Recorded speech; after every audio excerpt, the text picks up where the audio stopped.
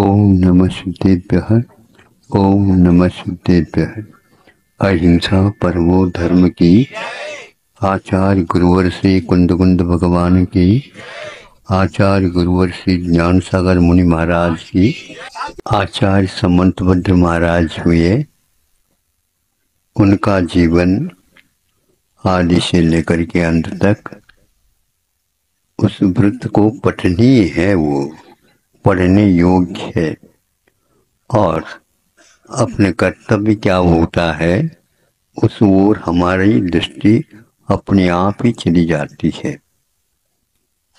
ये शरीर है, जन्मता है और अपनी उम्र समाप्त करके मिट जाता है। ये इसका स्वभाव है। दीपक जलाते हैं, बाती रहती है, उसमें तेल भी डाला जाता है। तेल पूर्ण हो जाता है तो वह दीपक बुझ जाता है, भले ही उसकी बाती रहती है।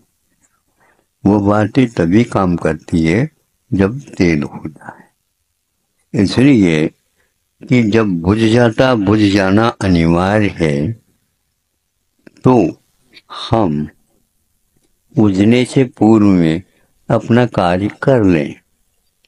तो यह एक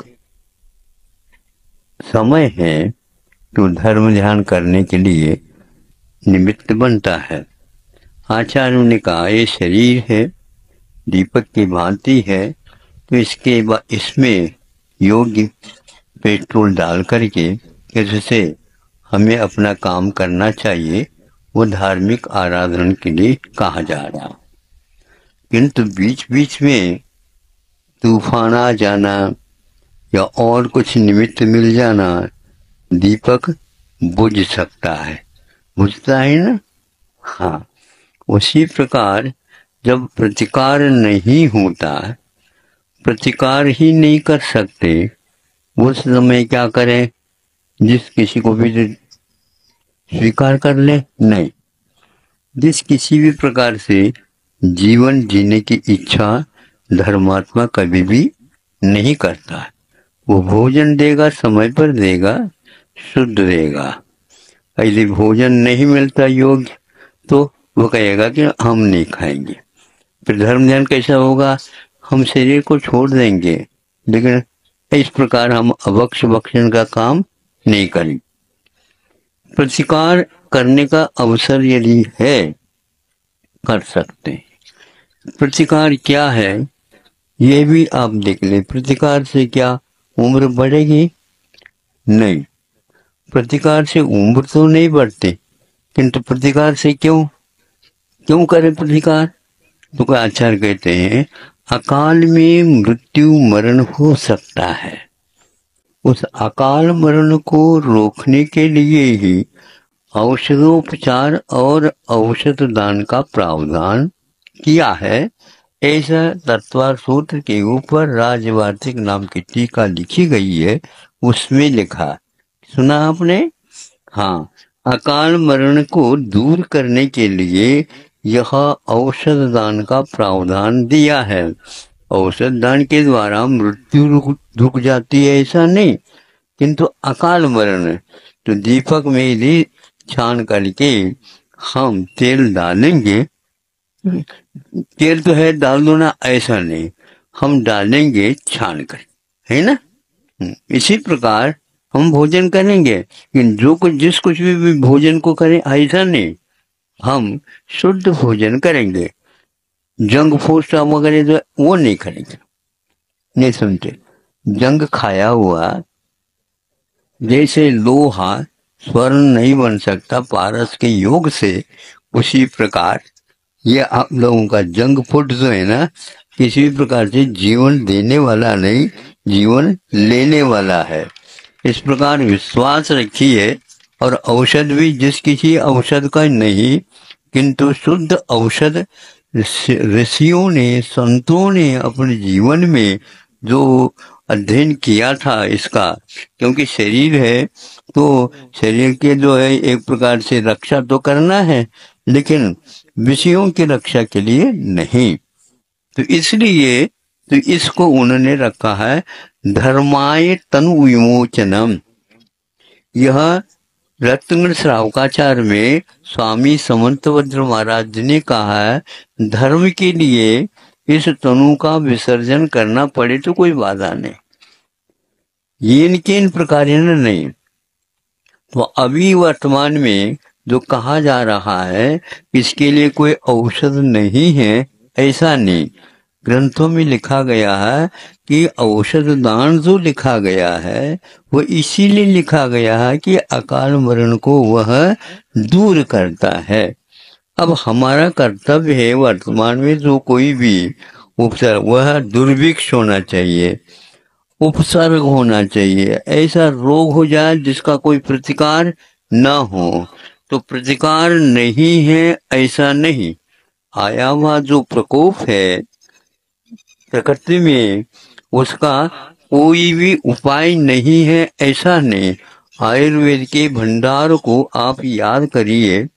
आप लोग जो है वर्तमान में 100-200 वर्ष की जो कोई भी पेटी आई है उसके ऊपर ज्यादा विश्वास रखते हो, ये गलत है। किंतु आयुर्वेद के ऊपर आप विश्वास करिए। कल ही हमने ये बात सुनी है तो प्रज्ञापराध के बारे में कहा, उसके साथ साथ और भी कुछ बातें। तो उन्होंने कहा कि आयुर्वेद में कहाँ लिखा क्या लिखा है, सब कुछ लिखा है। अध्ययन की और पढ़ने की आवश्यकता है, उसका प्रयोग रोक दिया गया है अथवा आप लोग उसके विश्वास को छोड़ दिए, इसलिए ऐसा हुआ। किंतु आज भी घरेलू भी दवाइयाँ होती हैं और वो बाप दादा दादी माँ वगैरह उनका आप लोगों को कब पिलाते कब जीते पता नहीं लगता है, और उसके द्वारा ये सारी बातें अपने आप ठीक होती थी। पहले ऐसे ही धाई वगैरह होते थे, वो आज ये स्थिति होती नहीं थी, लेकिन आज धावन मान कर रहे हैं, सब लोग भाग रहे हैं, अस्पताल में सब कुछ जन्म हो रहे हैं, तो ये स्थिति आ रही है। इसीलिए आप लोगों की भीरुता अथवा विदेशी पद्धति के ऊपर विश्वास होने का यह परिणाम है। कभी भी इस प्रकार की भागा दौड़ी नहीं होती, और ये सारे प्रतिकार उस समय विज्ञान नहीं था, उस समय में भी इसका प्रतिकार होता था।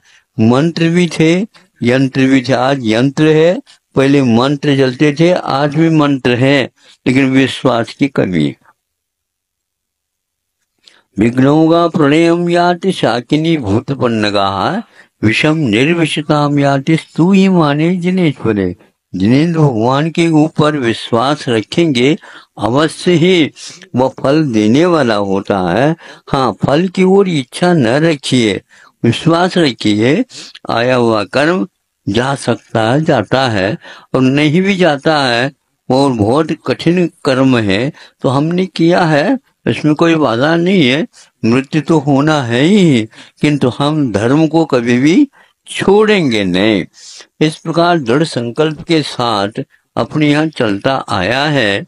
इसलिए यह अकाल मरण के निमित्त जो रोग आदि होते हैं, अकाल वगैरह पड़ते हैं, उसके लिए इन्होंने औषधोपचार का भी मार्ग बताया। एक कल्याण कारक नाम का जैनाचार्य के द्वारा लिखा हुआ शुद्ध आयुर्वेद के ऊपर एक ग्रंथ है, उसका प्रकाशन भी है, उसका वितरण भी चालू है, उसका अध्ययन भी चालू है, और पूर्णायु में छात्राओं के लिए 100 और छात्रों के लिए 100, इस प्रकार एक साल में 200 का संकल्प है। वो संकल्प कब पूर्ण होता देखना है, और यह आप लोगों के माध्यम से संपूर्ण होने वाला है, और उसके लिए लगे हुए हैं। समाज के कार्यकर्ता भी लगे हैं और वैद्य लोग भी बहुत अच्छे ढंग से लगे हैं। थोड़े से संकेत से कल जो है सारे के सारे आयुर्वेद के जितने भी औषधालय और जो कोई भी चिकित्सा पद्धति वाले हैं वो सारे कहना प्रारंभ कर रहे हैं, क्योंकि जो है ऐसे निमित्त मिलने से ही वो विज्ञापन की बात आ जाती है। तो विज्ञापन में कभी भी आप लोगों को प्रमाद नहीं करना चाहिए, क्योंकि रोगी को दवाई नहीं मिलने से या दवाई नहीं है ऐसे कहने से एक प्रकार से सदमा आ जाती है, घबराहट आ जाती है, और ये स्वाभाविक है। आप लोगों को ऐसा है, हमेशा हमेशा अभय दान भी दे देना चाहिए और औषध दान दूसरे नंबर में।